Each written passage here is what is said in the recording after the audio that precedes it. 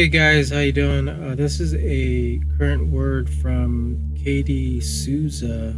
She has a word about prophetic word coming out of isolation. So she's got a word from the Lord, and I want to share this. We'll see what happens, and hope this will be an encouragement for you guys. Hey everybody, it's Katie Souza, and wow. I have a word for you today, and it's not just a teaching, okay? It's actually what I believe is a word from the Lord, okay? Now, I don't say that lightly, right? I've had words from the Lord that I have never shared, like when the 2008 crash for the economy came, I had a word from the Lord it was going to happen. And at the time, I'll be honest with you, I was too chicken to tell anybody. Oh, the whole economy is going to crash. Yeah, like who's going to listen to you, Katie Souza, right? And I've had other things like that over the years about a word being given to me, including the 2008 crash from the economy, and I've never said anything. And I actually had a discussion with my apostolic headship, Patricia King, about a week and a half ago about this very topic. And I said, I'm getting words from the Lord for what I think are, not just myself and our circle, but for the world even. And I want to be confident that they are words, because I don't want to lead the people astray, and I want to have the courage to decree them. And she actually prayed over me, and I felt a new level of mantle come upon me at that moment to speak a prophetic word to people of a thing that God is doing in the earth.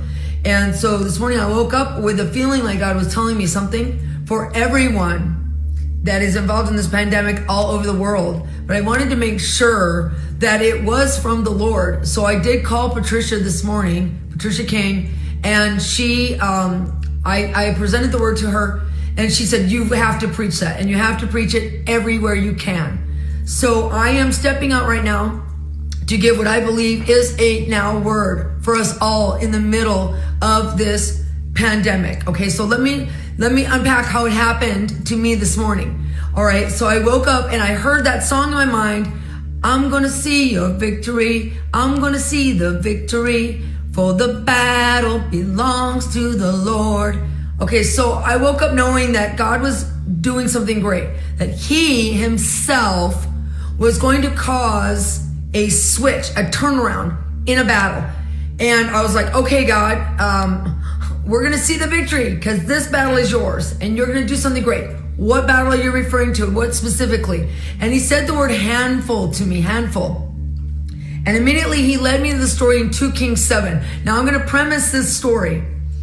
In 2 Kings 6, a famine begins. The king of the Syrians, the Armenian army is surrounded Jerusalem. And the resulting famine from them being isolated and trapped in their homes in Jerusalem is they run out of provisions so bad and food so bad, and the situation becomes so critical that people are eating their own children. That is how critical this situation came with the famine. Okay, now in 2 Kings 7 now, a word of the Lord comes to Elisha the prophet, okay? And in it is the word handful that I got from the word, that I got from the Lord this morning. I'm going to read it to you and we're going to go through it and break it down. So Elijah says this, listen, God's word, the famine is over. The famine is over. This time tomorrow, food will be plentiful. A handful of meal for a shekel and 2 handfuls of grain. Remember, I got the word handful. A handful of meal for a shekel and 2 handfuls of grain for a shekel. The market at the city gate will be buzzing. Okay, so this is the word of the Lord that's happening right now. I believe, and I presented this again to my apostolic headship, Patricia King, that the famine is over. Okay, and that God is turning it around so much that very quickly the markets at the city gate, which means businesses, ministries, churches, all kinds of different outlets of people and commerce are going to be buzzing, because the markets at the city gate at that place that Elisha was prophesying would be open and they would be buzzing. Okay, now that is the word of the Lord that I believe heaven is speaking right now, that this famine is over, this plague, this pandemic is over, but now we have to walk out, returning into normal. Okay, now we're going to face all kinds of issues as we do. And that's what Elijah the prophet was facing also. The very first thing that was said after he said, the markets at the city gates will be buzzing. It says this, verse 2, the attendant on whom the king leaned for support said to the holy man, you expect us to believe that? Trap doors opening in the sky and food tumbling out? And then Elisha answered in verse 3, he said, yeah, you'll watch it happen with your own eyes, but you will not eat so much as a mouthful of it. Okay, so look, I believe heaven is saying that there has been a decree made in the heavenly spheres that this famine, this pandemic is over, and now we need to walk it out because everything is going to open up. The city gates are going to be buzzing. And the first thing that we're going to face as we go back into a brand new level, not only back to normal, but back to beyond normal, back to success and a busy economy and a successful life, is that we're going to face doubt and fear. Right away, this attendant that hanging on the king's arm says, oh, really? You expect us to believe that that's going to happen? That would mean that trap doors would literally have to open in the sky and food would come tumbling out. And the prophet stayed firm. He did not let those fearful, doubtful words that were said to him shift him from what the prophetic word of the Lord was. He said, oh, yeah, it's going to happen. You'll watch it with your own eyes, but you will not eat so much as a mouthful. Okay, we're going to face, the country is about to be opened back up. The president right now is taking steps to make plans to open up the country so we can return to getting our economy back online, so we can return where people are going to be being able to work and businesses are going to be open and people are going to be able to prosper again. But there's going to be fear that's going to try to stop you from believing that you can come out of your isolation, that the enemy, this pandemic, has kept you trapped, just like the enemies of Israel had kept them trapped in Jerusalem. And we cannot let fear or doubt cause us to not partake of the blessing that God is about to do. We have to be like the prophet and stand firm. Okay, then it says, the very next verse says this, watch. It says, then it happened that 4 lepers were sitting just outside the city gate. Now, what are lepers? They are people that are isolated by their disease. Right? Lepers can't go around, they can't touch people, they can't go near people. Does that sound familiar? That's what's happening to us. We're like lepers. We have become isolated by this disease. We can't even hug each other. We can't even shake hands. Everybody's going around. If they get close to each other, they're bumping elbows, which, I'm not saying be unwise. I'm not saying go around and start hugging people and, and shaking hands. And I'm not saying, don't let this new level of breakthrough cause you not to stop washing your hands and being careful. I think we all should have had better hygiene for many years. We should have had better hygiene, okay? All right? So I think this new level of new hygiene has been really good for all of us. But the thing is this, we have become like lepers that have been forced into isolation by this disease where we can't even have contact with each other. And that's forcing businesses. That has forced businesses to close down and churches not to meet and everything else. So here's these 4 lepers and they're sitting outside the city gate and they said to one another, what are we doing sitting here at death's door? Okay. If we enter the famine-struck city, we'll die. If we stay here, we'll die. So let's take our chances in the camp of Aram and throw ourselves on their mercy. If they receive us, we'll live. If they kill us, we'll die. We've got nothing to lose. Okay, these guys are super smart.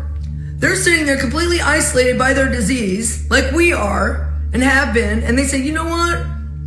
There's been a word given that, the famine is over. And we're sitting here, and if we don't do something, we're going to die. If we go in the city, we're going to die. If we stay here, they said, we're going to die.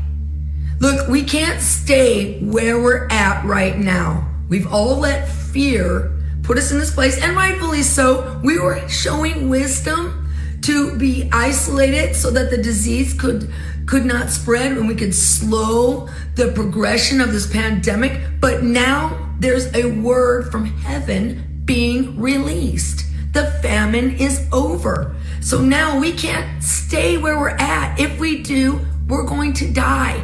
And so what did these guys do? They took a huge risk. You think, I can't go back out right now.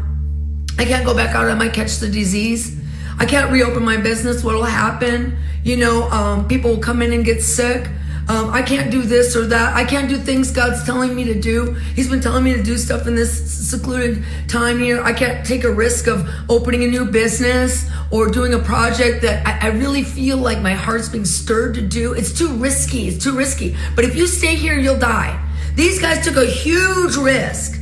They went into the camp of the enemy itself. That's what it's going to feel like when you first step out. When you first step out of this isolation, as we begin to be released by our government, and that's not only in America, but different countries, to go out, we're going to feel like, wow, we're stepping right out into the camp of the enemy, man. I mean, who knows? We're going to get the disease. There's people still out there that are sick. I believe God is covering us because heaven is releasing a word that the famine is over. I believe the blood of Jesus is upon God's people right now, so that because the blood is over the lintels of our doors of our homes and our bodies and everything else, that the death angel will have to pass over. Yes, continue to do the washing of your hands, continue to do the bringing of the hand sanitizer and the Clorox wipes and all that. Do that for now. Yes, go armed into the camp of the enemy, but nonetheless, I have to be like the lepers who have been isolated by their disease. You have to say, if I stay here, I'm going to die. If my business stays here, it's going to die. If I stay in my house, my prosperity is going to die. If I don't step out with faith and belief and overcome fear, I'm not going to conquer this enemy. Now look what happened. It says this. So after the sun went down, they, meaning the lepers, got up and went to the camp of Aram. When they got to the edge of the camp, surprise! Not a man in the camp. The master, meaning God, had made the army of Aram hear the sound of horses and a mighty army on the march. And they told one another, the king of Israel's hired other kings to come and attack us. Panicked, they ran for their lives. Now, did you hear that? God did a supernatural thing here. Oh my gosh. I hope you're getting where I'm going, man. He supernaturally caused the enemy to flee. Okay? Remember, I woke up with that song. I'm going to see your victory. I'm going to see your victory. For the battle belongs to the Lord. Look. God has done something. He's not doing something. He has done something. The famine is over. God has released a decree from heaven. I'm prophesying this to you right now that the famine is over, and in the process of bringing that judgment down from heaven on this disease, He has released authority and power against the enemy. He's caused the enemy to run and flee.